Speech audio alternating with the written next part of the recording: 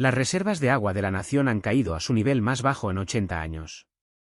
Durante miles de años, algo ha estado atado bajo el río Éufrates, oculto, restringido, sellado por mandato divino. Las Escrituras nos advirtieron que no permanecería allí para siempre. Ahora, las cámaras antiguas están expuestas. Se están llevando a cabo cierres militares inexplicables.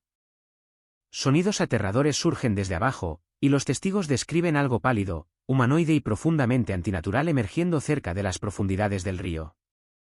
¿Es esto una coincidencia o el momento exacto del que habló la profecía? Esta noche, no estamos tratando con mitos. Estamos tratando con una advertencia.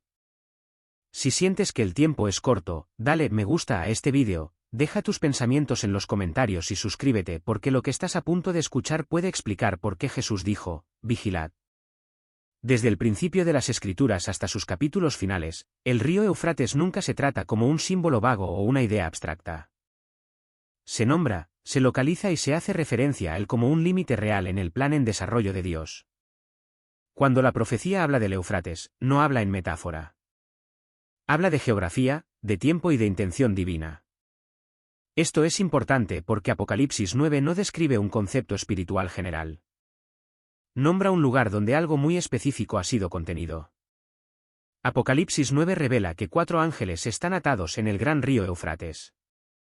El texto es deliberado. Estos seres no están deambulando, influyendo o engañando a la humanidad de la manera en que los demonios se describen en otros lugares de las Escrituras. Están atados, restringidos, confinados, retenidos por orden. Implica peligro y sugiere que, si se les dejara sin restricciones, estos seres desatarían una destrucción más allá del conflicto humano normal. La profecía va aún más lejos. Estos 4 ángeles no fueron atados indefinidamente, ni fueron restringidos al azar. Fueron preparados para la hora, el día, el mes y el año. Esta es una de las declaraciones de tiempo más precisas de toda la Biblia. Nos dice que su liberación no es reactiva. Está programada. Cada segundo está contabilizado. Nada es temprano. Nada se retrasa. Este nivel de especificidad apunta al control divino, no al caos. Para entender por qué estos seres son tratados de manera diferente, debemos distinguir entre ángeles caídos, demonios y vigilantes encarcelados. Los ángeles caídos son rebeldes espirituales que retienen la agencia y la influencia, operando a menudo en el engaño. Los demonios, a menudo entendidos como espíritus incorpóreos, vagan por la tierra buscando influir en el comportamiento humano. Pero los vigilantes descritos en la antigua tradición bíblica y reflejados en las Escrituras representan una categoría completamente diferente. Su rebelión cruzó un límite tan severo que el encarcelamiento, no una mera advertencia, se hizo necesario. Algunos seres fueron restringidos porque su presencia corrompería irreversiblemente a la humanidad. Otros tuvieron libertad limitada como parte de pruebas espirituales continuas.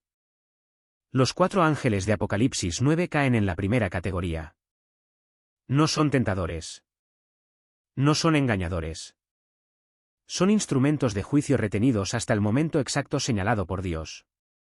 Por eso el Éufrates es importante. No es solo un río. Es un punto de retención, una línea trazada entre la misericordia y la liberación. Y cuando las Escrituras advierten que estos seres un día serán liberados, no ofrece simbolismo. Está emitiendo un cronograma. La profecía nunca fue poética. Siempre fue literal y siempre estuvo esperando. Lo que siguió a la exposición de la zona sellada no fue silencio, sino reacción. Los testigos y los datos de monitoreo describieron una violenta oleada repentina del río en áreas muy localizadas, movimientos que no se alineaban con la actividad aguas arriba, la lluvia o la liberación mecánica. El agua no se comportó como un sistema que responde a la presión o al volumen. Se comportó como si respondiera a una perturbación. Los observadores lucharon por describir lo que vieron. El río no simplemente subió o se precipitó hacia adelante. Se agitó. Se convulsionó. Porciones de la superficie se abollaron hacia adentro y luego surgieron hacia afuera como si algo debajo de ellas se hubiera movido no lateralmente sino verticalmente. Este no fue el movimiento del agua que fluye. Se parecía a la reacción de un medio desplazado por una fuerza desde abajo. No se registraron eventos sísmicos. No se registraron movimientos de fallas. Ninguna falla mecánica, explicó el patrón. Las oleadas fueron abruptas, breves y contenidas, apareciendo, deteniéndose y reapareciendo en otro lugar. El comportamiento del agua desafió la continuidad, como si la perturbación no viajara a través del río sino que presionara contra el desde fuera del sistema físico normal. Aquí es donde el lenguaje de las Escrituras se vuelve sorprendentemente relevante. A lo largo de la Biblia, la creación no es pasiva. Cuando lo sobrenatural interviene, la creación responde, las montañas tiemblan, los mares se abren. El suelo tiembla, no porque la naturaleza sea caótica, sino porque reconoce la autoridad. En los Salmos, las aguas huyen ante la reprensión de Dios. En los Evangelios, las tormentas obedecen una voz. La creación reacciona cuando algo más allá del orden natural se afirma. Las descripciones que provienen del río hacen eco de este patrón. Los testigos no describieron miedo primero. Describieron presión, una sensación de que el espacio mismo había cambiado. El aire se sentía pesado. El sonido del agua en movimiento llevaba una profundidad desconocida, como resonancia en lugar de flujo. Algunos dijeron que se sentía como si el río no se estuviera moviendo, sino que se estuviera esforzando contra algo invisible. Esto plantea una pregunta mucho más inquietante que las corrientes anormales. ¿Y si el agua no estuviera reaccionando al movimiento debajo de ella, sino al despertar? ¿Y si la perturbación no fuera mecánica, geológica o climática, sino espacial? Las Escrituras hablan de límites colocados no solo en la tierra y el mar, sino en los seres. Cuando esos límites son probados, el mundo físico no permanece neutral. El Éufrates siempre ha sido representado como un río límite, una línea divisoria entre reinos, imperios y épocas. Si algo contenido durante mucho tiempo comienza a presionar contra ese límite, la reacción no se anunciaría con claridad. Se anunciaría con inestabilidad, con resistencia, con advertencia. La violenta reacción del río puede no haber sido un efecto. Puede haber sido una señal, una respuesta, un signo visible de una presión invisible que se acumula bajo la superficie de la historia misma. Y si la creación está reaccionando antes de que la humanidad comprenda completamente por qué, entonces el error más peligroso sería descartarlo como ruido. Quédate con nosotros. Observa atentamente. Lo que viene a continuación puede explicar por qué estas reacciones están ocurriendo ahora y por qué la advertencia aún no ha terminado. El descubrimiento no comenzó con alarmas ni anuncios. Comenzó con la exposición. Un sistema de cuevas oculto durante mucho tiempo bajo capas de sedimentos y agua se hizo visible a medida que las condiciones cambiaban a lo largo del Éufrates. Lo que emergió no fue una concavidad poco profunda o un receso natural, sino una cavidad profunda y estructurada, que parecía extenderse mucho más allá de la entrada visible, descendiendo a la oscuridad con una geometría deliberada. El momento que siguió se ha fijado desde entonces en cada informe y testimonio, las 2:39 de la madrugada. No es una aproximación, no es una cifra redondeada, una marca de tiempo precisa y documentada. En ese momento exacto, todos los sistemas de monitoreo conectados al sitio se apagaron simultáneamente. Las cámaras se oscurecieron. Los sensores dejaron de transmitir. Las luces fallaron. Los enlaces de comunicación se cayeron sin previo aviso. No hubo una sobretensión previa, ni un pico de voltaje, ni un error en cascada del sistema. Los sistemas de respaldo fallaron junto con los sistemas primarios, haciendo que la redundancia fuera inútil. Los ingenieros confirmaron más tarde que el patrón de apagado no coincidía con fallas eléctricas o de software conocidas. Los sistemas no se degradaron. Se detuvieron como si se les hubiera ordenado. Casi inmediatamente después del apagón, comenzaron a surgir sonidos desde lo profundo de la cueva. No ecos de rocas que colapsan, no el ruido caótico del agua o los escombros. Lo que los testigos describieron era rítmico, medido, repetitivo, un pulso de baja frecuencia que algunos compararon con un latido del corazón, no rápido ni errático, sino lento y deliberado, lo suficientemente constante como para sentirse en el pecho en lugar de simplemente escucharse. Entrelazados con ese pulso había ecos metálicos, agudos y resonantes, que reverberaban a través de la piedra. Varios testigos describieron independientemente el sonido usando la misma palabra, cadenas. No tintineantes, sino tensas.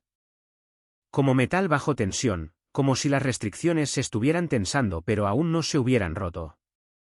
El sonido no viajaba hacia afuera en ondas. Parecía llenar el espacio, presionando en todas direcciones a la vez. El aire dentro y alrededor de la cueva se volvió pesado. El sonido se comportó de manera diferente.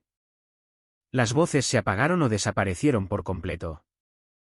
Incluso los pasos perdieron su claridad, como si la cueva absorbiera la vibración en lugar de reflejarla. Esta no era una distorsión acústica típica de los espacios cerrados. Era una ausencia y una amortiguación antinatural que inquietó a los presentes. A los pocos minutos, las fuerzas militares estadounidenses llegaron y sellaron el sitio. La respuesta fue inmediata y absoluta. El perímetro se expandió rápidamente. Se bloquearon los puntos de acceso. Se retiró al personal civil. Le siguieron restricciones del espacio aéreo. La operación no se parecía a una investigación. Se parecía a una contención. No se dio ninguna explicación oficial. No se proporcionaron imágenes. No se citó ningún peligro ambiental. El silencio que siguió fue total y deliberado. Se instruyó a los involucrados a no hablar. Se retiró o dejó inactivo el equipo. La entrada a la cueva fue oscurecida y vigilada. Lo que más destaca no es lo que se dijo, sino lo que no se dijo. No hubo intento de tranquilizar, ningún esfuerzo por contextualizar, ninguna narrativa ofrecida para suavizar la preocupación. En situaciones que involucran peligro, las autoridades suelen explicar. En situaciones que involucran incertidumbre, especulan. Aquí, no hubo ni una cosa ni la otra.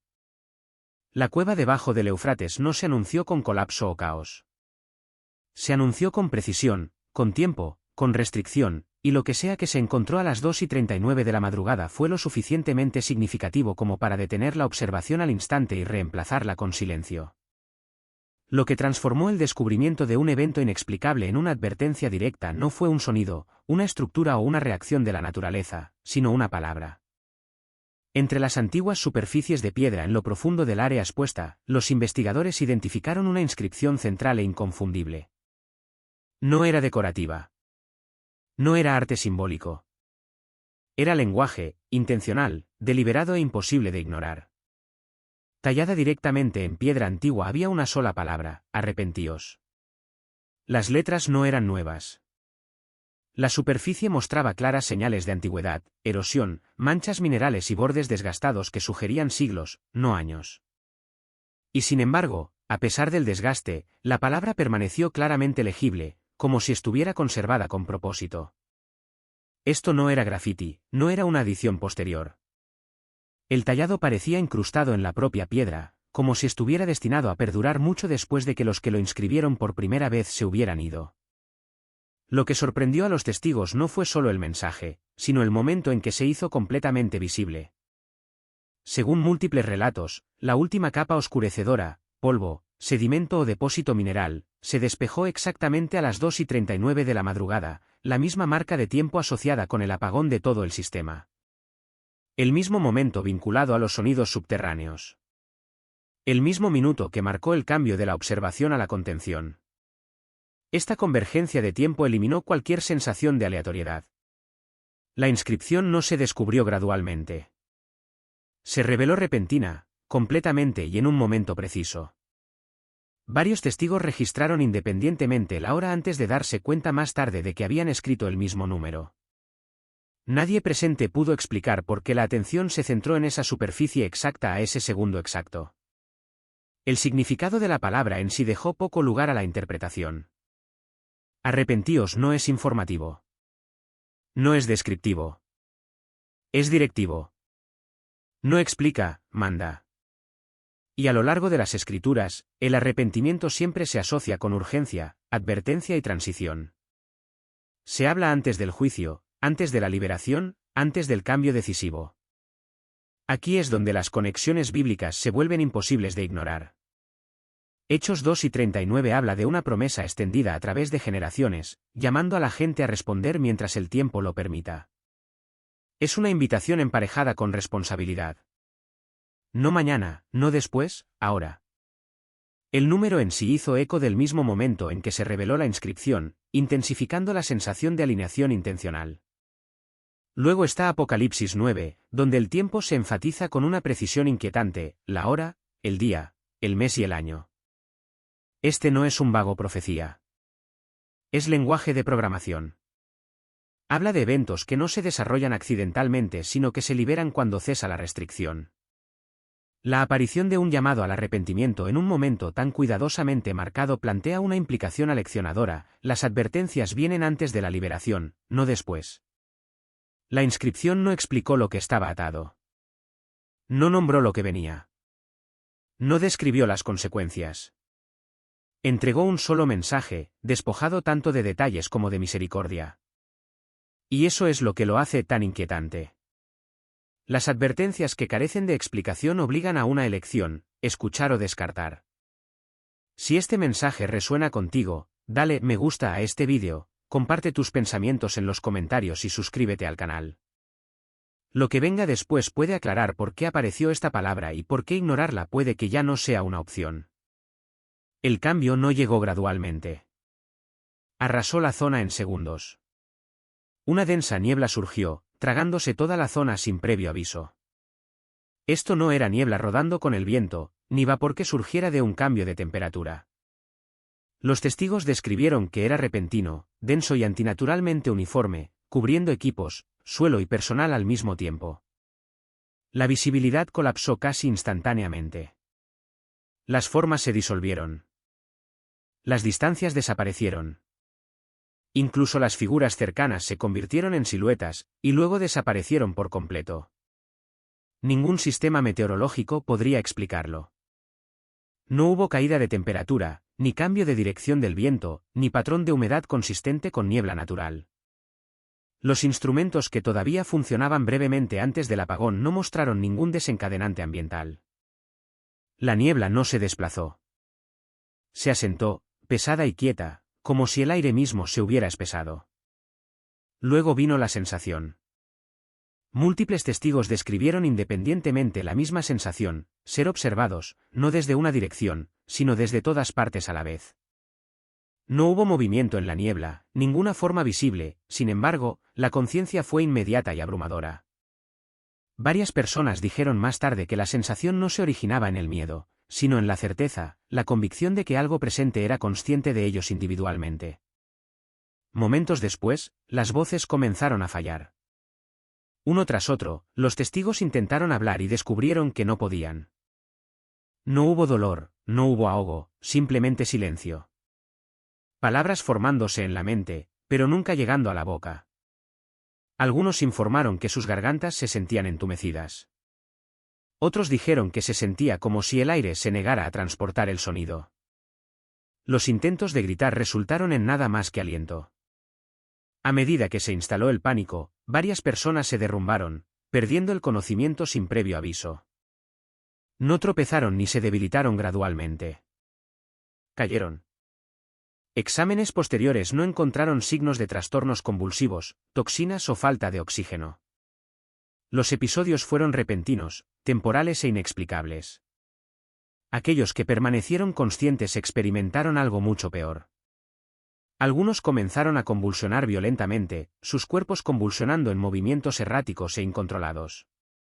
Esto no fue sincronizado. No fue contagioso.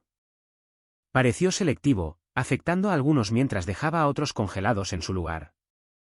Los socorristas notaron más tarde que las convulsiones no coincidían con los patrones neurológicos conocidos. Otros comenzaron a susurrar. Las palabras eran bajas al principio, casi inaudibles, luego se hicieron más pronunciadas. Los testigos hablaban en idiomas desconocidos, algunos fluidos, otros fragmentados, ninguno reconocible para los presentes. Los lingüistas que revisaron fragmentos de audio más tarde no pudieron identificar familias lingüísticas consistentes. El habla no sonaba aprendida. Sonaba prolongada, como si se extrajera de un lugar más profundo que la memoria. Lo más perturbador fueron los efectos mentales. Varios testigos informaron de experiencias repentinas e involuntarias, recuerdos que surgían sin control. No pensamientos recientes, sino momentos profundamente enterrados, arrepentimientos, fracasos, actos olvidados hace mucho tiempo o deliberadamente suprimidos. Estos recuerdos no vinieron solo como imágenes, sino con todo el peso emocional, como si se revivieran en lugar de recordarse. Algunos describieron la sensación como exposición, no juicio expresado en voz alta, sino una revelación interna, una sensación de que nada oculto permanecía oculto, que los pensamientos, intenciones y acciones pasadas estaban siendo examinados sin permiso o misericordia. La percepción del tiempo se fracturó, los segundos se estiraron, los minutos colapsaron. Algunos afirmaron más tarde que la experiencia duró solo momentos. Otros creyeron que duró mucho más. Nadie presente pudo explicar completamente la brecha. Cuando la niebla finalmente se disipó, aquellos que permanecieron conscientes cambiaron, no se sacudieron, sino que se alteraron. Lo que sea que ocurrió dentro de la zona no dejó marcas visibles, pero dejó algo mucho más profundo, y nadie que estuvo allí lo describió como aleatorio. Los informes comenzaron silenciosamente, casi a regañadientes. Al principio, los testigos lucharon por describir lo que habían visto, no porque se moviera demasiado rápido, sino porque apenas se movía. Cerca de las zonas expuestas que rodeaban la cueva, varias personas informaron haber encontrado una entidad pálida, parecida a un humano, cuya aparición provocó miedo inmediato sin ninguna agresión evidente. El ser no se parecía a un animal, ni se comportaba como una persona. Los testigos describieron consistentemente una forma alargada, más alta que un humano promedio, con proporciones que se sentían sutilmente incorrectas. Las extremidades parecían ligeramente demasiado largas.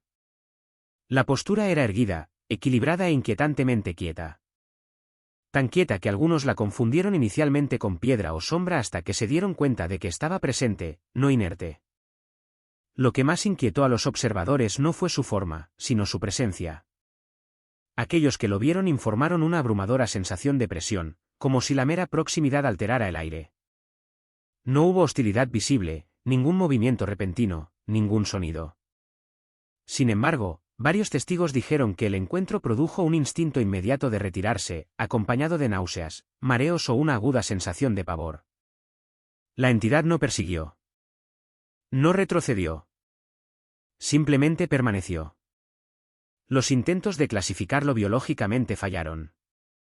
No se pudo identificar ninguna textura de piel clara. La palidez se describió como similar a la tiza o ceniza, carente de la variación esperada del tejido vivo. No hubo respiración visible, ni parpadeo. Las imágenes térmicas, donde estuvieron brevemente disponibles, produjeron lecturas inconsistentes, ni claramente cálidas ni frías. Esta ausencia de marcadores biológicos identificables hizo imposibles las explicaciones médicas o zoológicas. A medida que se acumularon los relatos, algunos investigadores y observadores locales comenzaron a trazar paralelos incómodos. Las descripciones antiguas de vigilantes caídos, seres que una vez cruzaron límites prohibidos para ellos, a menudo enfatizan la familiaridad distorsionada, parecidos a humanos pero no humanos, presentes en forma, pero separados de las restricciones físicas normales. Las descripciones coincidían demasiado para ser descartadas. Otros notaron que la entidad no parecía completamente física, pero tampoco completamente espectral. La luz no la atravesaba, pero tampoco se reflejaba normalmente. Su contorno parecía estable, pero sutilmente resistía el enfoque, como si la percepción misma luchara por posarse sobre ella.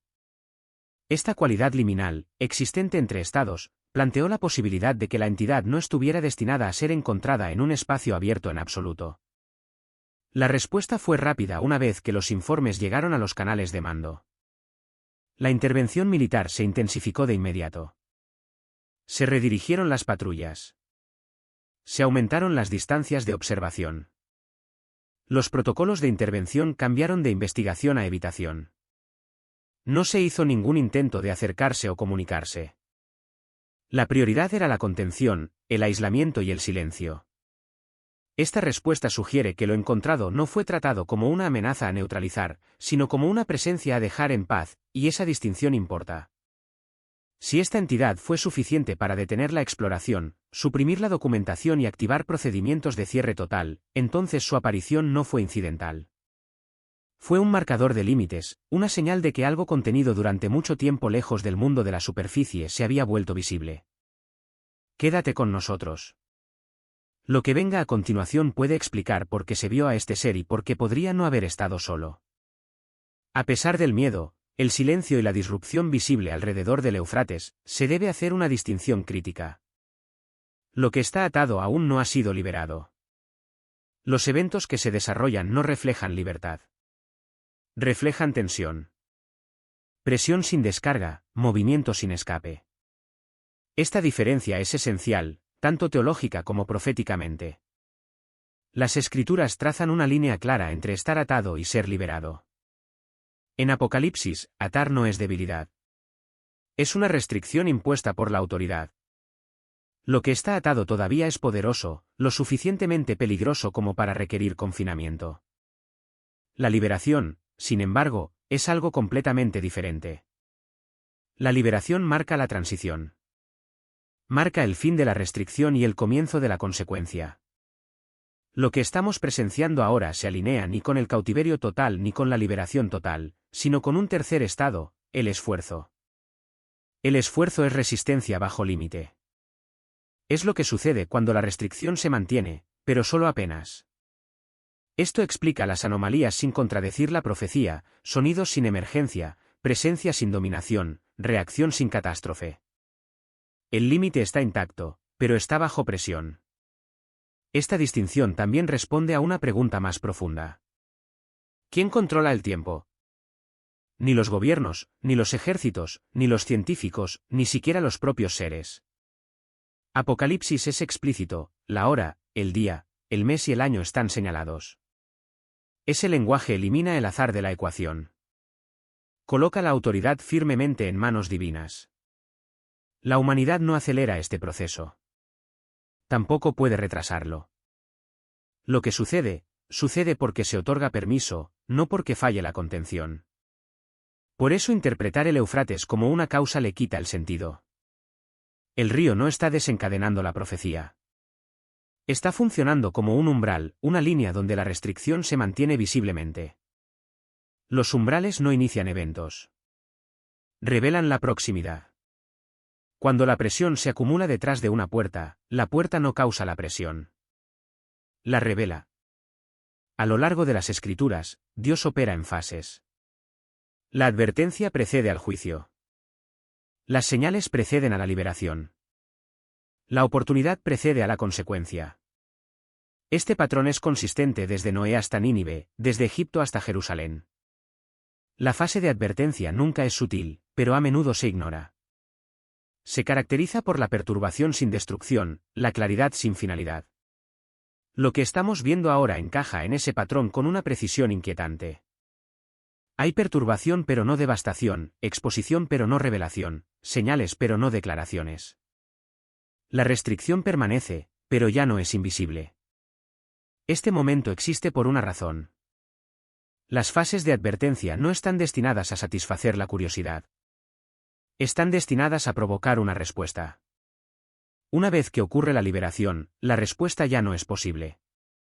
Apocalipsis lo deja claro, cuando se despliega el juicio, el arrepentimiento ya no se invita, se recuerda demasiado tarde. Así que cuando las Escrituras dicen que están atados, significa que la seguridad aún se mantiene. Cuando los eventos sugieren tensión, significa que el tiempo es corto. Y cuando el límite se vuelve visible, significa que la humanidad ha entrado en la ventana final entre la restricción y la liberación. Todavía están atados, pero no por mucho tiempo. Jesús nunca le dijo a sus seguidores que calcularan fechas. Les dijo que vigilaran. En Mateo 24, su advertencia es clara y deliberada. El peligro no es la ignorancia del tiempo, sino la complacencia del corazón. Los que vigilan no entran en pánico. Los que vigilan no especulan sin fin. Permanecen alerta porque reconocen los patrones cuando convergen. Eso es lo que define este momento. Las señales que estamos presenciando no son anomalías aisladas esparcidas por la historia. Son señales convergentes, espirituales, culturales y psicológicas, que llegan juntas de una manera que las Escrituras asocian consistentemente con el cierre de una era. Jesús advirtió que el engaño aumentaría, no disminuiría. No un engaño burdo, sino un engaño convincente. Del tipo que imita la verdad lo suficientemente de cerca como para adormecer el discernimiento. Del tipo que tranquiliza mientras ciega. Junto con el engaño viene el miedo, pero no el tipo que lleva al arrepentimiento. Este es un miedo sin humildad, una ansiedad sin conversión. Un mundo abrumado por el pavor, pero resistente a rendirse. Jesús describió corazones que fallaban por miedo a lo que venía sobre la tierra, pero que aún se negaban a mirar hacia arriba. Esa paradoja define el momento presente, conciencia sin arrepentimiento, preocupación sin cambio. Debajo de todo, algo más profundo se está agitando. La historia no se mueve solo a través de la política y la tecnología. Las escrituras revelan una realidad en capas, donde las fuerzas espirituales operan bajo la superficie de los eventos.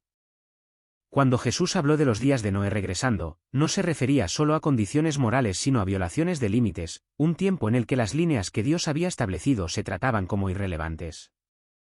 Ese patrón está resurgiendo, no solo en el comportamiento sino en la creencia. Viejas ideas una vez descartadas están resurgiendo. Temas prohibidos se están normalizando. Lo invisible está siendo invitado de regreso a la atención. Esto no significa que el caos esté en control. Significa que el fin de la restricción se acerca, y el cielo está emitiendo advertencias antes de que cambie el permiso. Y aquí está la verdad más importante, nada de esto está destinado a crear pánico. Jesús nunca usó el miedo para preparar a su pueblo. Usó la claridad. Dijo estas cosas para que cuando sucedan, recuerden que se lo dije. La preparación no es histeria. La preparación es alineación. Es vivir con la conciencia de que el tiempo no es infinito y las elecciones importan. Estar preparado no es retirarse del mundo, sino negarse a ser moldeado por él. Es vivir despierto en una era que prefiere la distracción. Permanecer firme mientras todo lo demás acelera. Mantener tu lámpara encendida, no porque sepas la hora, sino porque confías en la promesa. Este es el llamado final. No especular, sino mantenerse firme. No temer, sino ser fiel. No escapar del sufrimiento, sino soportar con claridad y esperanza. Si este mensaje resuena contigo, dale me gusta al vídeo, comparte tus pensamientos en los comentarios y suscríbete al canal para no perderte lo que viene a continuación. Gracias por ver, por escuchar y por elegir permanecer despierto. Jesús lo dijo claramente: cuando estas cosas comiencen a suceder, enderézate y levanta la cabeza, porque tu redención está cerca. La región asociada durante mucho tiempo con civilizaciones antiguas, templos perdidos y advertencias proféticas. Pero el descubrimiento más inquietante provino de las imágenes térmicas. Mientras los satélites pasaban sobre la falla, los sensores detectaron firmas de calor geométricas en lo profundo de las fracturas, grupos de patrones rectangulares uniformemente espaciados que irradiaban calor con intensidades idénticas. Nada en la naturaleza produce calor en formaciones tan ordenadas. Los analistas militares confirmaron que las firmas no eran instalaciones hechas por el hombre, ni tuberías, ni búnkeres. Eran más antiguas, mucho más antiguas. Fragmentos de Apocalipsis comenzaron a circular, especialmente los versículos que describen cosas ocultas bajo tierra y fuerzas atadas para un tiempo señalado. Mientras las noticias convencionales evitaban las referencias bíblicas, el tiempo era imposible de ignorar. Apocalipsis 9 menciona a 4 seres restringidos en una región específica esperando la liberación. Y ahora, bajo el Éufrates, la propia tierra se había abierto en una línea recta que parecía inquietantemente deliberada. La tensión aumentó inmediatamente entre los gobiernos regionales. Irak exigió control sobre la zona de la falla. Turquía insistió en que el evento sísmico se extendía a su territorio soberano. Siria desplegó drones de reconocimiento, mientras que las unidades kurdas comenzaron a movilizarse a lo largo de las fronteras. En 24 horas, el área estaba plagada de equipos militares, controles de seguridad y restricciones del espacio aéreo. Nadie diría oficialmente que estaban protegiendo, pero imágenes filtradas mostraban soldados mirando fijamente a aberturas recién formadas, negras, profundas e inquietantemente lisas, como si hubieran sido talladas por herramientas en lugar de desgarradas por la naturaleza. A medida que los investigadores finalmente obtuvieron acceso limitado, los informes comenzaron a describir extrañas aberturas ovaladas dispersas a lo largo de la falla. Muchas no eran más grandes que una puerta, sin embargo, conducían a cámaras que descendían mucho más profundo que cualquier sistema de cuevas conocido en la región. Las muestras de polvo de las paredes sugerían que las superficies no habían estado expuestas al aire durante miles de años, posiblemente decenas de miles. Lo que había estado oculto bajo el Éufrates nunca fue destinado a ser tocado por manos humanas. Pero ahora la Tierra lo había abierto por completo y sin previo aviso, como si una cuenta regresiva más antigua que la civilización hubiera llegado a cero. La abertura más grande revelada por la falla descendía en un ángulo perfecto de 70 grados. Demasiado liso, demasiado recto, demasiado perfectamente alineado para ser producto de rocas que colapsan. Incluso antes de entrar, el equipo de investigación notó algo inquietante. La boca de la cueva estaba formada con precisión matemática. Cada curva, cada borde, cada simetría hacía eco de un diseño intencional. Sara, la geóloga, trazó su mano a lo largo de la pared de la entrada y murmuró: «Esto no es erosión. Alguien talló esto». Dentro, sus luces barrieron paredes de piedra grabadas con patrones que se repetían a intervalos. Al principio, parecían simples marcas, pero Marcus, el lingüista, reconoció inmediatamente la estructura. Estaban dispuestos en un orden descendente constante, una cuenta regresiva. No numérico en el sentido moderno, sino simbólico, representando ciclos de tiempo. Algunos símbolos marcaban eras, otros representaban estaciones, y otros indicaban alineaciones astronómicas específicas. La marca final era más profunda, más aguda, casi violenta en su grabado, como si quien la talló supiera qué significaba el umbral último y más peligroso.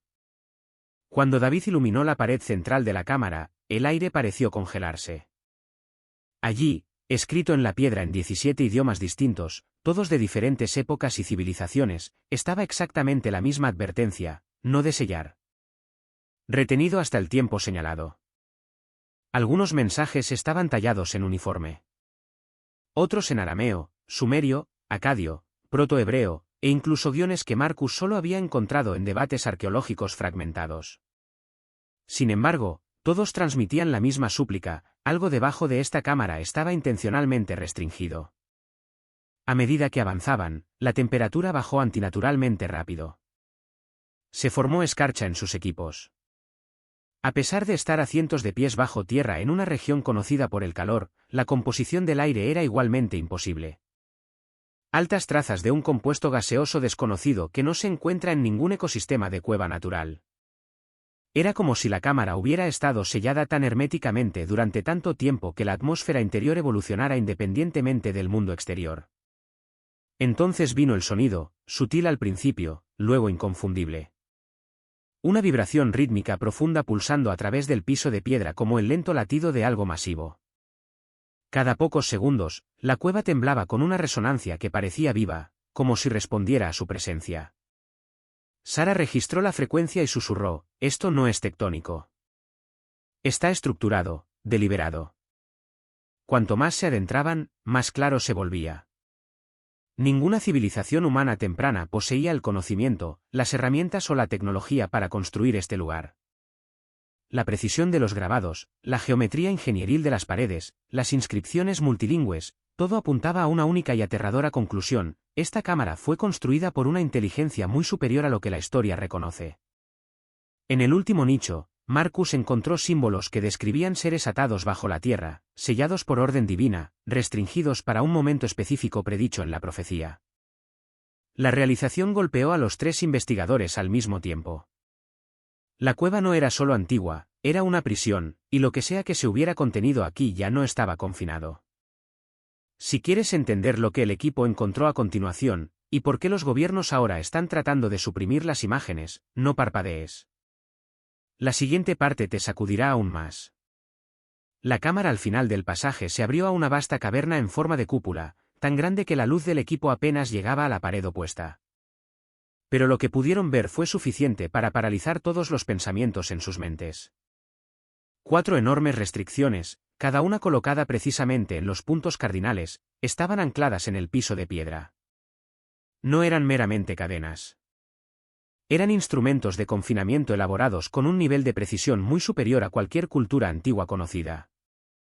La composición era diferente a cualquier aleación terrestre. El metal contenía oligoelementos que requerirían temperaturas superiores a los 3000 grados para unirse, un nivel muy superior a las capacidades de la metalurgia antigua, e incluso las fundiciones modernas luchaban por mantener tal calor de manera consistente. El concepto de que alguien hace miles de años pudiera manipular tales materiales era absurdo. Y sin embargo, las cadenas eran innegablemente antiguas, sus superficies cubiertas de capas de depósitos minerales que solo se forman a lo largo de milenios. Sin embargo, lo que más les perturbó fueron las condiciones de los anclajes de piedra. Cada anclaje, un bloque tallado incrustado profundamente en el lecho rocoso, estaba partido, fracturado hacia afuera como si algo hubiera tirado con una fuerza que ninguna criatura viva debería poseer. Las grietas se extendían varios metros en el piso de la cámara. Sara señaló la rotura en el anclaje norte. Esto no fue erosión. Algo se desgarró. Las implicaciones se hundieron pesadamente en el aire a su alrededor. 4 restricciones, 4 anclajes, 4 direcciones, y ahora 4 puntos de destrucción. La cámara había albergado una vez a 4 entidades encarceladas, aseguradas más allá de la capacidad de la ingeniería humana para atar. Marcus abrió su diario y recitó un pasaje de Apocalipsis 9, con la voz temblorosa: libera a los 4 ángeles que están atados en el gran río. La sala quedó en silencio. La conexión ya no era teórica. La estructura, las restricciones, la colocación, todo reflejaba la descripción bíblica con precisión escalofriante. Era como si los constructores de esta prisión hubieran seguido instrucciones de un texto más antiguo que cualquier escritura que sobreviviera. Sara retrocedió de las cadenas, sintiendo el leve calor que irradiaba a través de sus guantes. Si se liberaron recientemente, dijo en voz baja, entonces lo que sea que se contuvo aquí ahora está suelto. La caverna, una vez silenciosa, de repente se sintió viva, resonando con la ausencia de algo inimaginable. El polvo en el suelo de la caverna parecía intacto al principio, espeso. Pero a medida que los investigadores se adentraban en la cámara, sus luces revelaron patrones que instantáneamente los paralizaron. Impresionadas en la superficie polvorienta había huellas de pies, no un solo juego, sino 4. Cada huella medía aproximadamente 15 pulgadas de largo, mucho más grande que cualquier huella humana, y el espaciado entre ellas sugería seres de tremenda altura y poder. La impresión era notablemente bien definida. El talón se hundía más que la parte delantera del pie, lo que indicaba una masa corporal inmensa muy superior al peso de cualquier animal conocido que pudiera caminar erguido. Usando un escáner de carga portátil, realizó un análisis rápido. La estimación llegó casi de inmediato: 400 a 500 libras por ser. La disposición de las huellas contaba una historia. No deambulaban al azar. Se movían con propósito. Cada paso se alineaba con precisión. Cada camino conducía en una dirección diferente hacia salidas separadas en las paredes de la caverna. 4 seres, 4 rutas de escape, 4 destinos desconocidos. Y los patrones de polvo cerca de las cadenas sugerían algo aún más escalofriante. Las huellas aparecieron después de que se rompieran las restricciones. Estas entidades habían caminado libremente, con confianza, como si hubieran sido liberadas de cautiverio hacía mucho tiempo. Marcus fotografió cada huella, notando la inusual textura dentro de las impresiones. A diferencia de los pies humanos, las huellas mostraban crestas geométricas, cristalinas, casi como si la estructura de la piel estuviera reforzada o no fuera orgánica. No había marcas de garras, ni almohadillas típicas de animales. Esto era algo más. Cuando finalmente llegaron al túnel oculto hacia el que conducía un juego de huellas, una corriente de aire frío salió de la oscuridad. El túnel se inclinaba hacia arriba, terminando en una estrecha abertura creada por la falla del terremoto arriba. A medida que el equipo ascendía, abriéndose paso a través de rocas irregulares, emergieron al aire nocturno y se dieron cuenta de la gravedad de lo que habían encontrado. Las huellas continuaron afuera. Se extendían por la tierra expuesta, su dirección inconfundible, hacia el pueblo fronterizo más cercano a menos de 8 millas de distancia. Y este conjunto no estaba solo. 3 caminos más divergían por el paisaje, cada uno apuntando hacia una región diferente, hacia diferentes zonas de falla, diferentes fronteras, diferentes naciones. A las pocas horas de su descubrimiento, los informes comenzaron a inundar los canales de radio locales. Agricultores y trabajadores nocturnos describieron figuras altas y sombrías moviéndose por los campos. Cámaras de seguridad captaron atisbos de formas, siluetas alargadas, increíblemente rápidas, que desaparecían antes de que el cuadro pudiera ajustarse. En varios pueblos, los perros se negaban a salir, aullando a caminos vacíos como si sintieran una presencia invisible. Las piezas se estaban conectando en una dirección que ninguno de ellos quería admitir. La prisión había sido abierta, y los prisioneros ya caminaban por la tierra. Si quieres que más gente vea lo que está sucediendo, no olvides dar me gusta, comentar y suscribirte. Ayuda a que este mensaje llegue a quienes necesitan entender lo que está sucediendo. El equipo apenas había comenzado a procesar las implicaciones de las huellas cuando una nueva anomalía obligó su atención de regreso a las profundidades del complejo de la falla. Un estrecho pasaje, previamente oculto bajo una losa colapsada, conducía a una cámara auxiliar parcialmente inundada con agua fría y opaca. Al principio, la superficie parecía perfectamente quieta, pero los equipos registraron débiles ondulaciones que se movían en patrones no relacionados con su presencia. Luego, el movimiento se intensificó. Una sola perturbación deliberada se irradió desde el centro de la cámara, demasiado grande para ser causada por sedimento cambiante. En el momento en que el dispositivo se calibró, su pantalla parpadeó con una silueta que hizo que todo el equipo retrocediera. Allí, semihundido, pero inconfundiblemente vivo, había una forma que medía casi 7 pies de largo, un humanoide acuático, a diferencia de cualquier cosa documentada por la ciencia moderna. A medida que la criatura se movía bajo la superficie, el escáner reveló los contornos de su cuerpo. Piel gris ceniza, segmentada horizontalmente como los artrópodos de aguas profundas, y reforzada con una textura que sugería una armadura biológica. La segmentación se flexionaba con cada movimiento sutil, cada cambio revelaba placas superpuestas diseñadas para la resistencia a la presión, algo más adecuado para las profundidades aplastantes del océano que para una cámara subterránea. Luego, su cabeza emergió lo suficiente como para captar el haz de la linterna de David. Su mandíbula se extendía antinaturalmente hacia adelante, bordeada de dientes como cuchillas de afeitar, lo suficientemente afilados como para cortar hueso con facilidad. Incluso en reposo, varios de los dientes sobresalían más allá de los labios, dando a la criatura un gruñido depredador permanente. Justo debajo de la mandíbula, el equipo vio el movimiento inconfundible de las branquias abriéndose y cerrándose rítmicamente, pulsando como un segundo latido. Cada expansión liberaba una débil vibración a través del agua, como si la respiración de la criatura produjera temblores de baja frecuencia propios. Pero la característica más perturbadora apareció cuando levantó la cabeza ligeramente del agua. Sus ojos eran completamente negros, ovalados, reflectantes, reflejando el haz de la linterna con una pena casi humana, o quizás cálculo.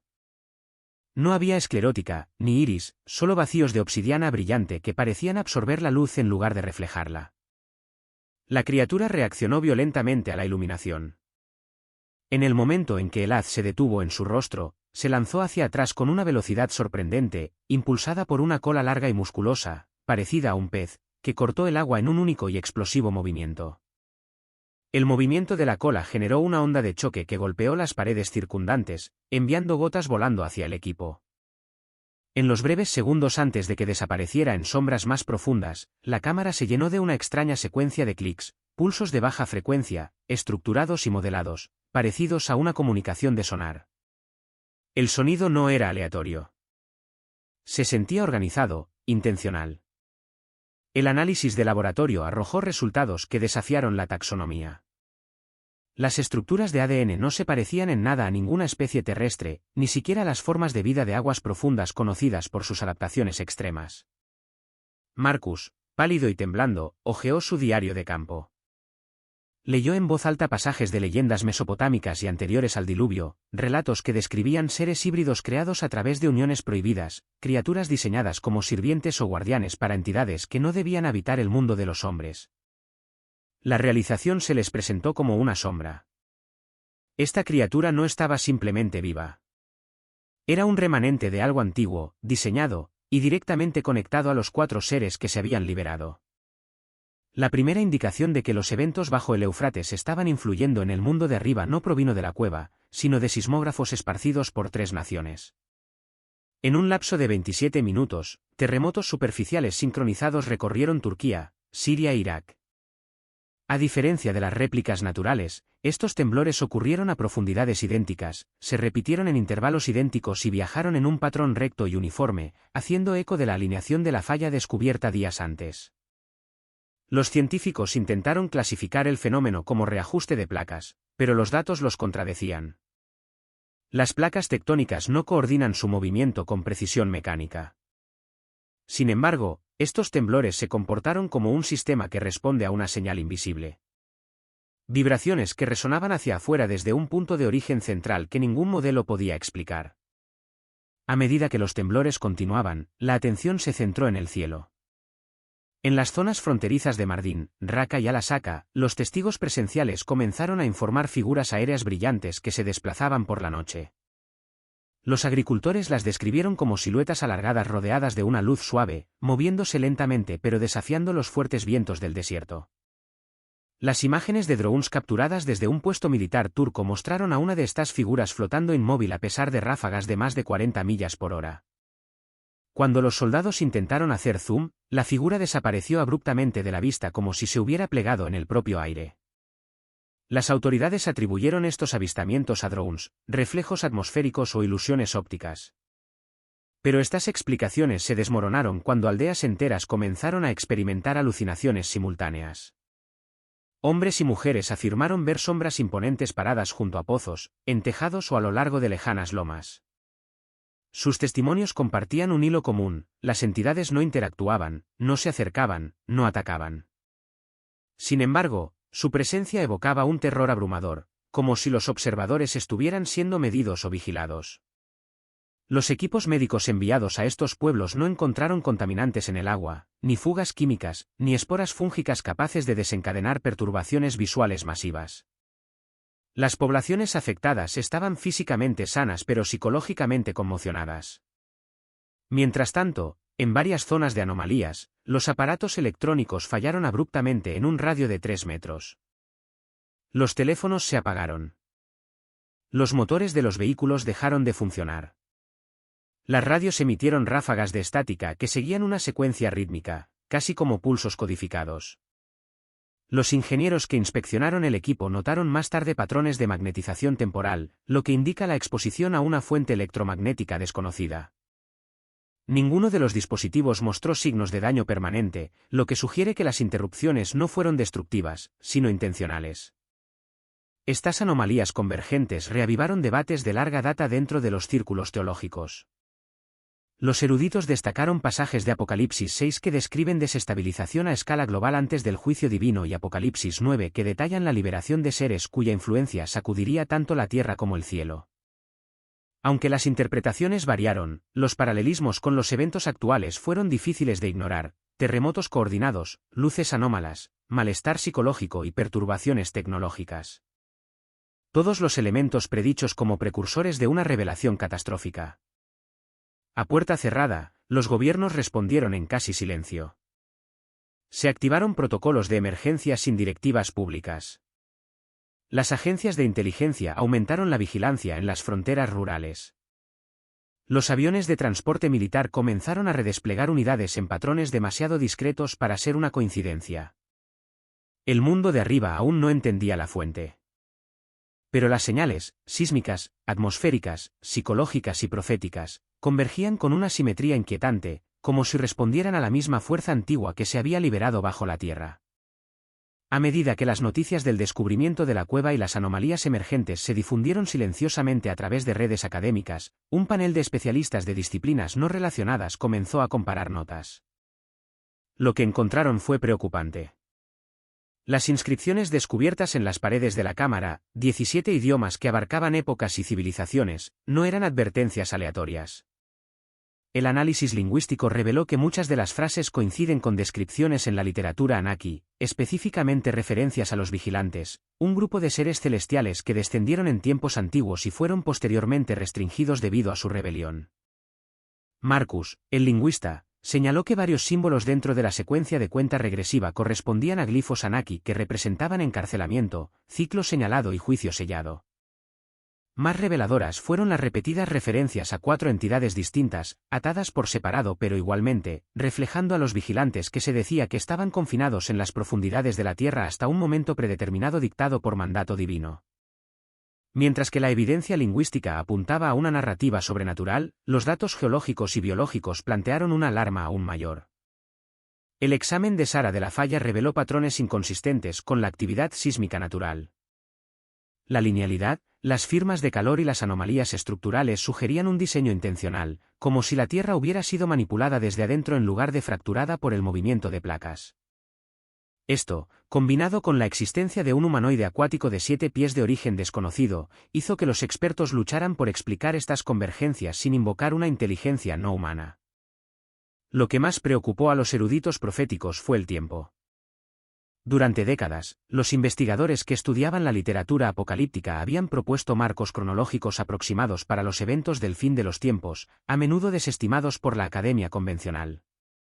Sin embargo, la falla sísmica, las 4 huellas divergentes, las perturbaciones electromagnéticas y los avistamientos a través de naciones se alinearon de manera inquietantemente buena con los cronogramas extraídos de modelos escatológicos.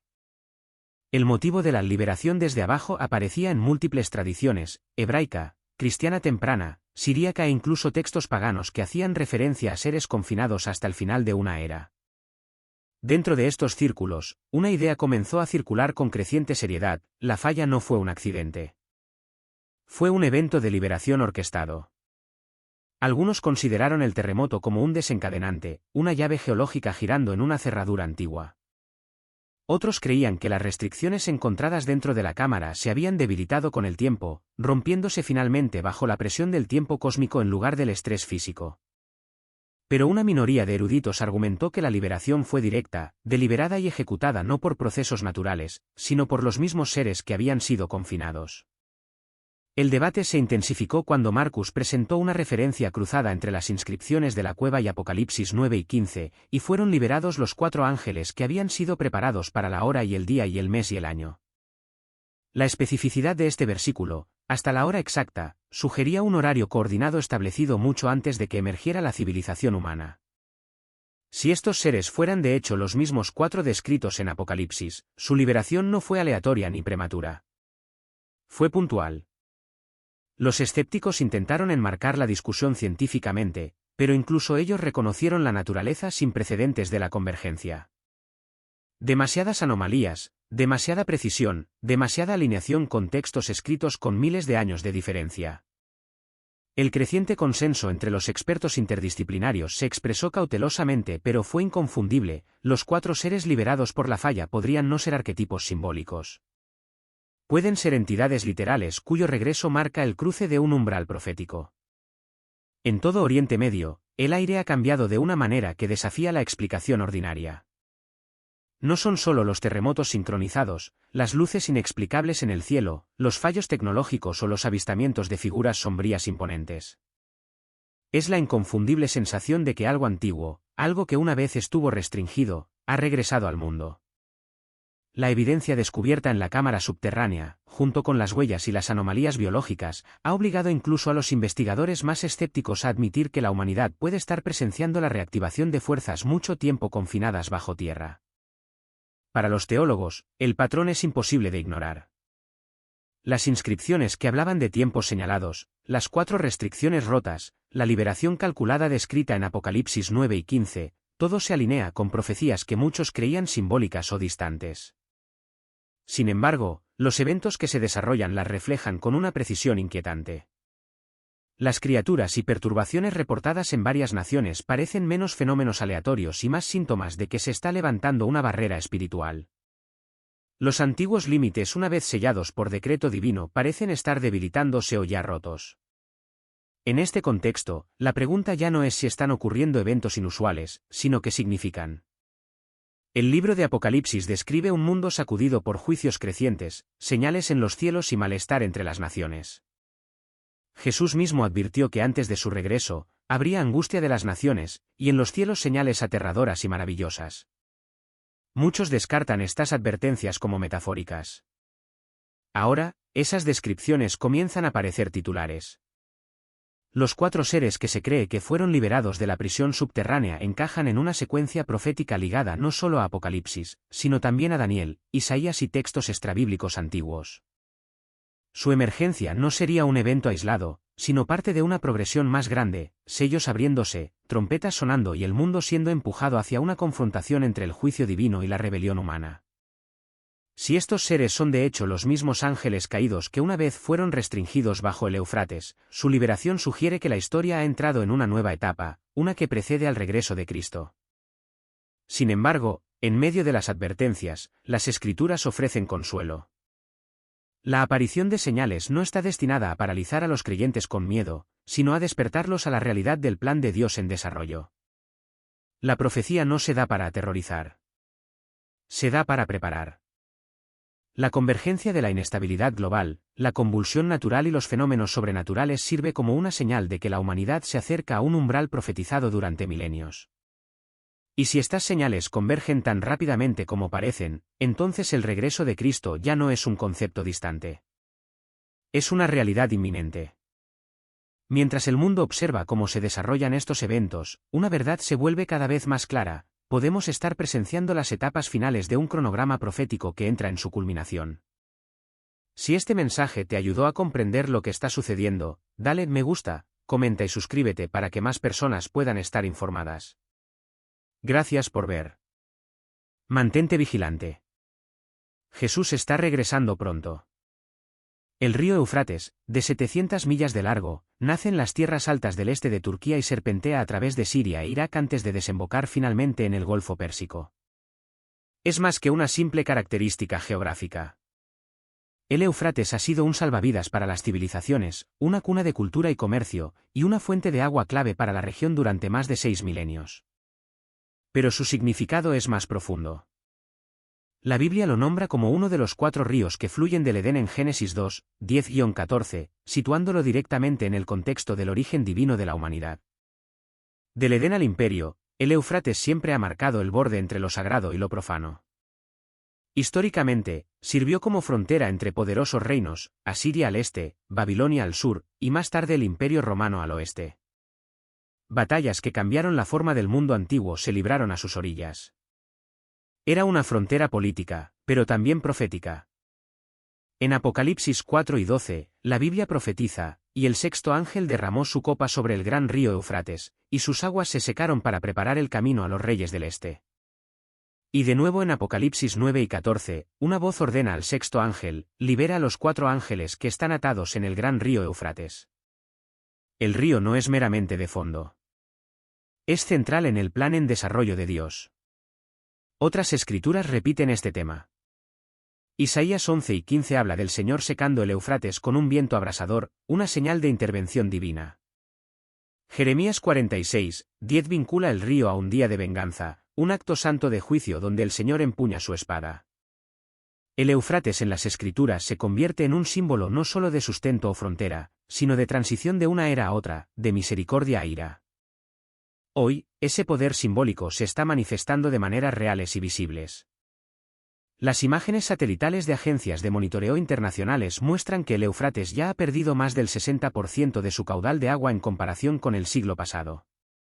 El cambio climático, las represas aguas arriba en Turquía y la mala gestión del agua han acelerado su declive. Algunas proyecciones estiman que si las condiciones actuales persisten, el río podría secarse por completo para 2040. Pero esto es más que una crisis ambiental. Se está alineando perfectamente con la profecía.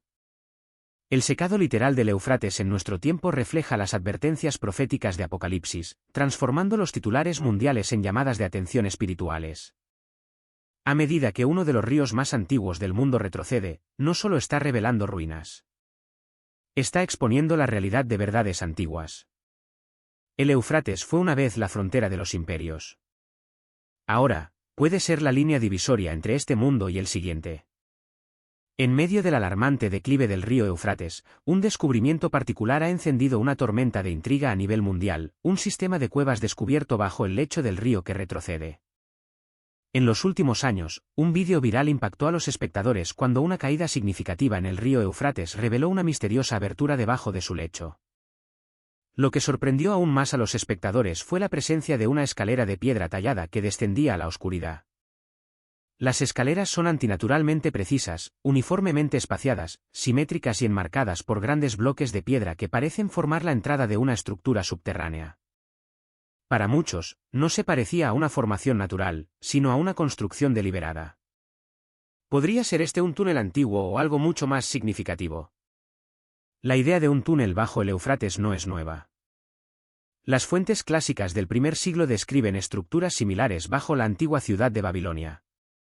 Diodoro Sículo, un historiador griego, escribió que la reina Semiramis, una legendaria gobernante de Asiria, encargó un túnel debajo del río para viajar secretamente entre sus palacios. Otro relato de Filóstrato habló de un puente subterráneo debajo del Éufrates que conectaba las dos mitades de Babilonia, una hazaña de arquitectura en gran parte olvidada por las mentes modernas. Aunque algunos eruditos debaten la precisión de estas afirmaciones, proporcionan un precedente histórico para el tipo de estructura que parece haber resurgido ahora bajo el Éufrates. Si tal túnel fuera real y ahora hubiera resurgido, ¿cuál era su propósito? Aquí, la Biblia ofrece una posibilidad impactante. Apocalipsis 9, 14-15 describe un lugar específico debajo del Éufrates donde 4 ángeles están atados.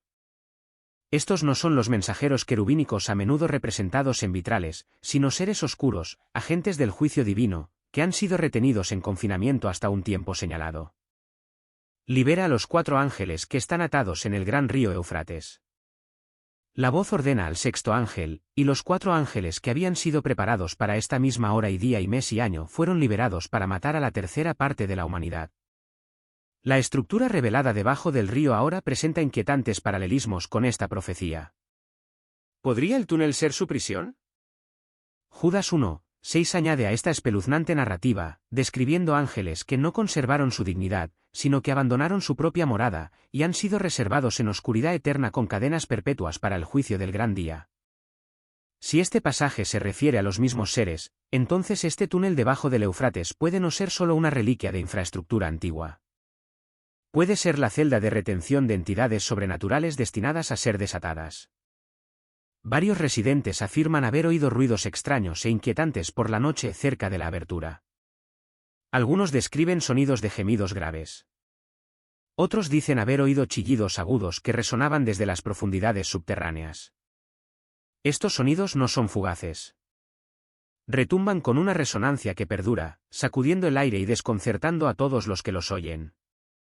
Los testigos describen los ruidos como antinaturales, escalofriantes e imposibles de atribuir a ninguna fuente visible. La parte más inquietante, estos sonidos emergen de áreas donde la profecía bíblica dice que los ángeles caídos están atados. Ingenieros de audio y geólogos han sido traídos para investigar. Algunos sugieren que se trata de reverberaciones acústicas naturales, resultado del viento o de rocas cambiantes que resuenan a través de cavidades subterráneas. Otros teorizan el colapso de túneles o el movimiento de agua subterránea bajo piedra antigua. Sin embargo, ninguna de las explicaciones científicas se alinea completamente con las grabaciones. Los patrones tonales parecen rítmicos y consistentes, no aleatorios ni geológicos. Además, no se registraron actividades sísmicas ni cambios estructurales durante el tiempo de captura de audio. Con herramientas estándar que no ofrecen respuestas satisfactorias, incluso algunos científicos admiten que los sonidos desafían la simple categorización. A medida que estas explicaciones resultan insuficientes, muchos recurren a las Escrituras. En Apocalipsis 9, el apóstol Juan describe el momento en que suena la quinta trompeta, y del humo salieron langostas sobre la tierra. Estas langostas no son insectos ordinarios. Son entidades demoníacas liberadas de un abismo sin fondo. Algunos eruditos han conectado esta imaginería con los extraños ruidos bajo el Éufrates, interpretándolos como las primeras señales de un abismo que se abre. Si la prisión de los ángeles caídos está comenzando a fracturarse, estos podrían ser sus gritos resonando a través de las capas de la tierra. La teoría se vuelve más inquietante cuando se la vincula a Apocalipsis 9, 13-15, que sigue de cerca a la plaga de langostas. Aquí suena la sexta trompeta y una voz ordena, libera a los 4 ángeles que están atados en el gran río Éufrates. ¿Y si el ruido no es solo una coincidencia, sino una señal divina? El principio mismo de esta profecía cobrando vida. Los sonidos de trompeta han tenido durante mucho tiempo un peso simbólico en las escrituras, utilizados para anunciar guerra, juicio o la llegada de la presencia de Dios. ¿Podrían estos ecos ser el precursor de la trompeta que desencadena la liberación? Algunos incluso creen que el sonido en sí se asemeja a una trompeta, no una tocada por labios humanos, sino un llamado profundo y vibrante que perfora el silencio de la noche. Si es así, no es simplemente un sonido de miedo. Puede ser la primera evidencia audible de que el cronograma celestial se está acelerando. En 2022, un notable descubrimiento arqueológico impactó al mundo académico y atrajo la atención de los observadores de profecías. A medida que las aguas del embalse de la presa de Mosul en el norte de Irak retrocedían debido a una sequía extrema, una antigua ciudad surgió de la llanura de inundación extendida del Éufrates. Lo que se reveló dejó asombrado al equipo de investigadores, una metrópolis de 3.400 años de antigüedad extraordinariamente bien conservada, que se cree que formaba parte del otrora poderoso imperio Mitanni. La excavación, realizada en condiciones urgentes antes de que el sitio fuera nuevamente sumergido, reveló enormes estructuras de piedra y imponentes murallas defensivas. La disposición y la ingeniería de la ciudad mostraban conocimientos avanzados para su época. Particularmente notables fueron las paredes de yeso de colores, restos de vibrantes pinturas rojas y azules que de alguna manera habían sobrevivido siglos bajo el agua. Los eruditos identificaron la ciudad como Zaqiqu, un importante centro político y económico durante el segundo milenio A.C. Si bien el imperio Mitanni no se nombra directamente en la Biblia, floreció en la misma región y periodo que el Israel temprano. Se encontraba entre los imperios que adoraban a dioses extranjeros, participaban en prácticas rituales y a menudo representaban una amenaza espiritual y militar para el pueblo de Dios. Su proximidad a tierras bíblicas y su participación en el antiguo mundo pagano lo hacen profundamente relevante para la narrativa profética. En Ezequiel 27 y 32, el profeta lamenta el juicio sobre ciudades llenas de orgullo, comercio e idolatrías que se jactaban de su fortaleza pero que finalmente cayeron bajo el juicio divino. Aunque Ezequiel nombra a Tiro y a otros, los temas se extienden fácilmente a ciudades como Zaqiqu, poderosas, ricas y espiritualmente oscuras. ¿Por qué esto importa ahora? Porque esta ciudad no se erosionó y apareció con el tiempo.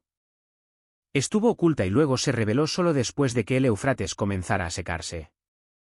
Ese detalle hace eco de un patrón profundamente inquietante.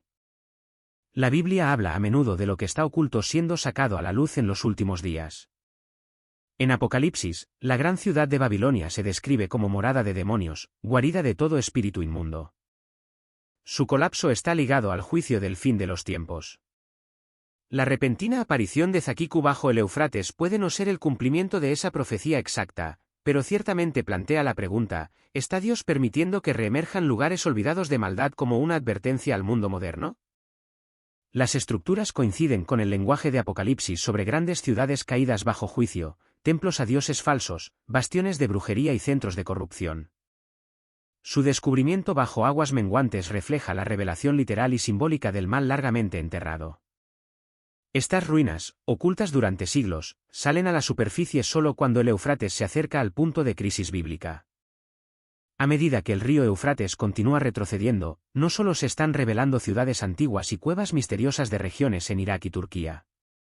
Alegaciones de depósitos de oro y reservas de petróleo que emergen de debajo del lecho expuesto del río. En algunas áreas, los lugareños informan haber visto formaciones minerales brillantes en canales secos, mientras que otras fuentes hablan de valiosos sedimentos transportados por la corriente menguante. Aún más llamativas son las afirmaciones de reservas de petróleo subterráneas, ocultas durante mucho tiempo, que ahora se vuelven accesibles debido a la caída de los niveles de agua. Según un conocido hadís islámico, el profeta Mahoma predijo, la hora no llegará antes de que el Éufrates desentierre una montaña de oro por la que la gente luchará. 99 de cada 100 morirán, y cada hombre entre ellos dirá, quizás yo sea el que sobreviva. Esta escalofriante profecía describe no solo el descubrimiento de tesoros sino un conflicto global masivo alimentado por la codicia y la desesperación. Se dice que es uno de los signos clave del fin de los tiempos en la escatología islámica. El hecho de que tanto el oro como el petróleo, símbolos de riqueza y poder, supuestamente se expongan a medida que el Éufrates se seca, da que pensar.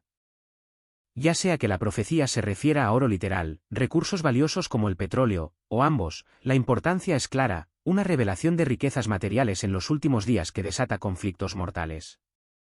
A medida que el mundo se acerca a la inestabilidad económica, tal escenario ya no parece descabellado. Sorprendentemente, la Biblia ofrece una advertencia paralela. En Apocalipsis 18, la caída de la Gran Babilonia, un símbolo de riqueza impía y poder mundial, es recibida con lamento por los mercaderes de la tierra, y los mercaderes de la tierra llorarán y se lamentarán por ella, porque nadie compra ya sus cargamentos. Esto no es solo el colapso de una ciudad o una economía. Es el fin de una era dominada por la codicia, la corrupción y el imperio humano. La exposición de una montaña de riqueza bajo el Éufrates, seguida de caos o incluso guerra, reflejaría el juicio de Babilonia, donde la prosperidad material es barrida mientras se ejecuta la justicia divina. El misterio se profundiza con afirmaciones de conspiración y encubrimiento. En las comunidades locales iraquíes, abundan los susurros de que los gobiernos regionales están al tanto de los descubrimientos pero los están ocultando deliberadamente. Algunos alegan que los sitios han sido sellados, la excavación detenida y el acceso a los medios restringido bajo el pretexto de protección ambiental. El silencio relativo de las principales noticias mundiales solo aumenta la sospecha. Si no se encontrara nada de valor, ¿por qué el secretismo? Y si ha surgido algo verdaderamente significativo, ¿por qué no se le dice al mundo? Ya sea que estas historias sean ciertas, exageradas o mal interpretadas, un hecho permanece: el Éufrates se está secando, y con él, secretos largamente enterrados están saliendo a la luz. Las advertencias en la profecía islámica y cristiana convergen en torno a este río, apuntando a la obsesión material como un desencadenante del juicio. En un mundo hambriento de riqueza y impulsado por el conflicto, la idea de personas luchando por tesoros expuestos no suena mítica. Suena inminente. ¿Podría ser esta una prueba final para la humanidad? ¿Un espejo divino sostenido ante nuestros deseos más profundos? A medida que el Éufrates revela sus riquezas ocultas, nos quedamos con una pregunta leccionadora: ¿veremos estas señales como oportunidades o presagios? El misterio de los 4 ángeles atados en el gran río Éufrates es una de las profecías más inquietantes de todas las Escrituras. Estos seres se mencionan en Apocalipsis 9, 13-19, donde el 6º ángel toca su trompeta y una voz ordena: libera a los 4 ángeles que están atados en el gran río Éufrates. Su estado de atados es crucial. Implica restricción, confinamiento, y lo más importante, juicio. A diferencia de los ángeles santos que son libres de llevar a cabo la voluntad de Dios, estos 4 han sido retenidos, preparados para un momento específico en el tiempo. Su cautiverio sugiere que no son mensajeros de misericordia sino instrumentos de ira, ángeles caídos esperando su convocatoria divina. Cuando son liberados, el resultado es catastrófico. El texto los describe liderando un ejército de 200 millones de jinetes, un número incomprensible, ya sea tomado literal o simbólicamente. Estos 4 ángeles no son observadores pasivos. Empuñan autoridad militar a una escala que sugiere un impacto global. Su misión es directa y aterradora: matar a la tercera parte de la humanidad. Este evento marca uno de los juicios más devastadores en la narrativa del fin de los tiempos, y plantea una escalofriante pregunta: ¿quiénes o qué son los soldados que lideran? La identidad de los 200 millones de jinetes ha sido objeto de debate durante mucho tiempo. Algunos los interpretan como un ejército literal, potencialmente haciendo referencia a una futura coalición del Este, quizás una superpotencia geopolítica como China o una alianza militar global. En un contexto moderno, la descripción podría incluso aplicarse a la guerra mecanizada: tanques, drones, armas químicas, cosas que habrían parecido monstruosas y de otro mundo para un observador del siglo I como Juan. Sin embargo, otros adoptan la visión de que este ejército no es humano en absoluto, sino una fuerza demoníaca invocada del abismo directamente bajo el mando de los 4 ángeles caídos. La evidencia bíblica e histórica da peso a esta interpretación sobrenatural. Las criaturas descritas en Apocalipsis no se parecen a caballería normal. Montan caballos con cabezas de león, y de sus bocas salen fuego, humo y azufre. Sus colas son como serpientes con cabezas que pueden herir. Esta grotesca imaginería se alinea más estrechamente con entidades demoníacas que con soldados terrenales. Además, Apocalipsis 9, 3 describe una plaga anterior de langostas del abismo, simbolizando una corrupción espiritual desatada sobre la humanidad. Estas langostas no tenían permitido matar, solo atormentar. Pero con los 4 ángeles y su ejército, la restricción se ha ido. La muerte sigue sus pasos. El arte antiguo también ofrece fascinantes paralelismos. Los relieves asirios, muchos de los cuales se han recuperado cerca del río Éufrates, representan criaturas aladas con cabezas de león y cuerpos animales. Estos seres eran venerados como guardianes y símbolos del poder divino, pero para los israelitas, y en profecías posteriores, representaban oposición espiritual e idolatría. Sus formas monstruosas hacen eco del horror híbrido de los jinetes descritos por Juan. ¿Podrían estos relieves ser recuerdos distorsionados de antiguos encuentros con seres espirituales oscuros y reales? Lo crucial de entender es que este caos no es aleatorio. No es el mal descontrolado. Es el juicio controlado de Dios. Al igual que en el libro de Job, donde Satanás solo podía actuar dentro de los límites que Dios permitía, así también aquí, estos ángeles son liberados solo en la hora, día, mes y año precisos que Dios ha señalado. El juicio es devastador, pero todavía está bajo comando soberano. El mal no opera independientemente. Incluso las fuerzas más malévolas son utilizadas por Dios para cumplir sus propósitos. Este evento no se trata simplemente de destrucción. Es una advertencia final a la humanidad, una última llamada al arrepentimiento. La escala del ejército, el vívido simbolismo, el peso espiritual, todo ello transmite un mensaje singular: Dios no se burla, y el juicio vendrá. La liberación de estos 4 ángeles caídos marca un punto de inflexión en la historia humana. Y una vez que suene esa trompeta, no hay vuelta atrás. En todo el mundo, la gente lo está escuchando. Un sonido que desafía la explicación. Profundas y resonantes explosiones parecidas a trompetas que resuenan desde los cielos se han reportado en ciudades como Shanghái, Praga, Dallas e incluso Jerusalén. Vídeos que documentan estos sonidos han inundado las redes sociales en la última década. Cada uno capturando lo que suena como una trompeta metálica grave que resuena a través de la atmósfera, a menudo durando minutos sin una fuente visible. Algunos testigos describen el sonido como escalofriante y apocalíptico. Otros dicen que se siente como una advertencia, una trompeta en el cielo. Lo que hace que estos eventos sean más que simples curiosidades de Internet es la consistencia geográfica y temporal. Estos no son casos aislados. Desde los campos nevados de Canadá hasta las calles de Israel, desde los horizontes urbanos hasta las granjas remotas, los informes comparten elementos clave.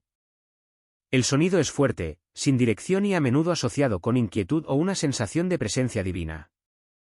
Expertos meteorológicos y sísmicos han ofrecido varias explicaciones, desde placas tectónicas cambiantes hasta fluctuaciones de presión atmosférica, pero ninguna ha sido concluyente.